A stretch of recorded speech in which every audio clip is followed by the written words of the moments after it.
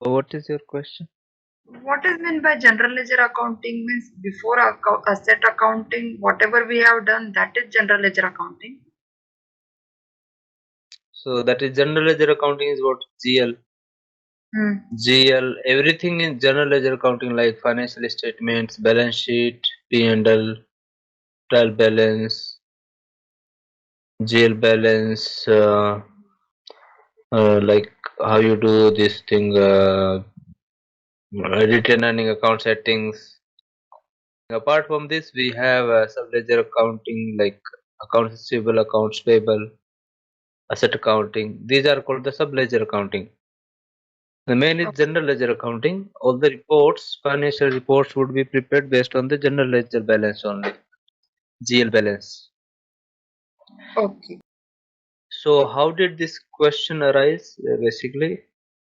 In Yeah. last class, you said we have to sync asset accounting with the general ledger accounting. So sync means say like for example, you know now very well about accounts payable now. Yes. So we have so many activities, so many business transactions in accounts payable. But ultimately that is going to be reconciled with the general ledger accounting through reconciliation GL account. Correct? Yes. Yes. Similarly, we need to reconcile asset accounting with the general ledger accounting because asset accounting is a separate bucket. Okay, value we have in the asset accounting. There we have in detail like reportings, different kind of calculations. But final value we want to reconcile with financial accounting. Asset accounting has to be in sync with general ledger accounting. That is the purpose for all the sub-modules: accounts payable, accounts receivable, asset accounting. In asset accounting, this is a bit more complicated when it comes to integration with general ledger accounting compared to other sub-modules or other sub-ledgers. Okay. Okay, why it is complicated or how it is complicated? So understand that in general ledger accounting we have parallel valuations, we have document splitting, we have different ledgers, right, Yes. for different legal requirements. But Mm. when it comes to accounts receivable and accounts payable, Mm. we don't have anything like this in accounts receivable and accounts payable. When we do document splitting, that happens in the general ledger view only, right?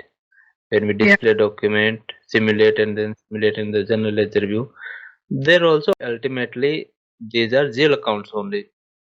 GL Mm. means one your expenses line item or revenue line item, other would be the recon GL account, customer recon or vendor recon GL. So it is just limited up to that. But when it comes in asset accounting, we have many more GL accounts linked in asset accounting like APC, depreciations. The calculations would be different as per different accounting principles. Whereas in accounts receivable and accounts payable, there is nothing like this. We don't post anything ledger specific in accounts payable and in accounts receivable. Mm. Right? We don't post any ledger specific posting No. because Yeah. there is nothing as such like different valuations from AR and AP point of view. Mm. But when it comes to asset accounting, we have to treat the same asset value differently for the different accounting principles or Mm. for the different valuations. For that, what we are going to do, we are going to post ledger specific postings in asset accounting through depreciation area mechanism. It's not Okay. like FB50L or something like that. Mm. Okay, it would be automated only. We will just execute one transaction code in the front, but in the backend, system will post ledger specific postings in asset accounting, and therefore we are going to update different accounting principles or different parallel ledgers with the different values in asset accounting, and that's why it has to be in sync with financial accounting, because here we are updating different ledgers with different values. Hmm. When it comes to S/4HANA, it is pretty much simplified, very easy to understand, it looks very transparent, but in ACC New GL we have to put some effort to understand the flow of the values from asset accounting to general ledger accounting. Okay, this is little bit confusing, little bit complicated, but ultimately just understand one point, that we have two ledgers, IFRS and local GAAP, and we are going to update these ledgers with different values. When you say if you want to update different values, means ultimately you are talking about ledger specific postings. But this ledger specific postings you are not doing manually, like FB50L, like those T codes. This will be handled by system automatically when you execute such asset related transactions.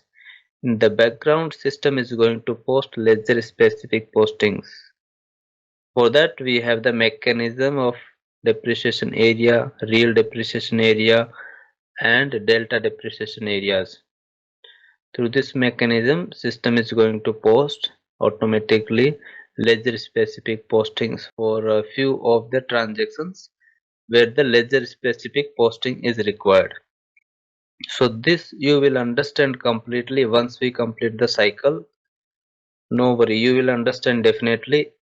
Further, again, if you don't understand, then you ask me the question how this has happened.